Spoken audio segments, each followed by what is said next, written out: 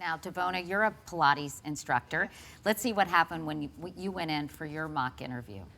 Well, I'd like a raise bigger than the inflation cost, just to move along with my rent increase, for example, or increase in the price of milk. I'm pregnant now, and in a year I'll have a family. I'll have greater increase of cost, and I need some cushion before that. So is there anything else that we could do for you that would compensate or ease this other than money?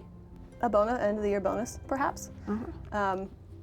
Perhaps paid maternity leave would be nice. Maybe a better healthcare plan would be nice.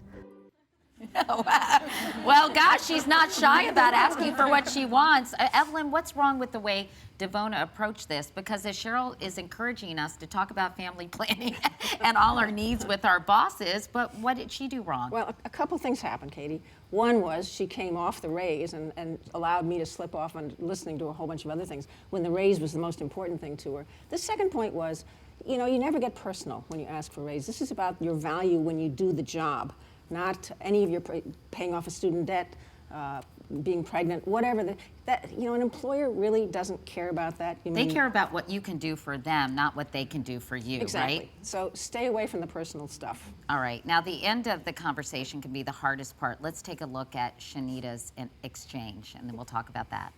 I was coming to ask for a raise. I've had to have a lot more responsibilities because two people left the company and they haven't replaced them. You realize that you are the highest paid person for this job throughout the entire corporation? I do understand that. However, I am the only project manager on this project. I could consider leaving if I'm not able to get a raise.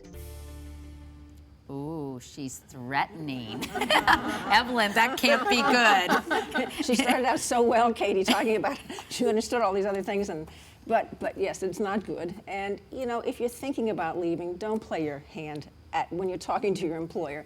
Walk away, see if you can keep the conversation going on that raise, but don't let that go by.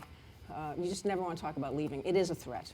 And Linda and Hannah, before we go, how else can we narrow this whole pay gap that women have been dealing with for decades now, right? Well, I think one thing is that salary isn't the only thing you can negotiate to enhance your long-term earnings, right? So if an employer can't give you a raise in the moment, they may be willing to help you out to gain additional experience or responsibilities that will set you up, down the line for a higher paying job. What about you, Linda? Any advice? Yeah, I also think that we need to be teaching the next generation of women to negotiate. I don't want to be sitting here in 30 years talking about the same thing. And so I think it's really important to be teaching our daughters to negotiate, because when they negotiate, it becomes normal. Of course, girls negotiate, and then we start to change the world and their expectations about women in negotiating.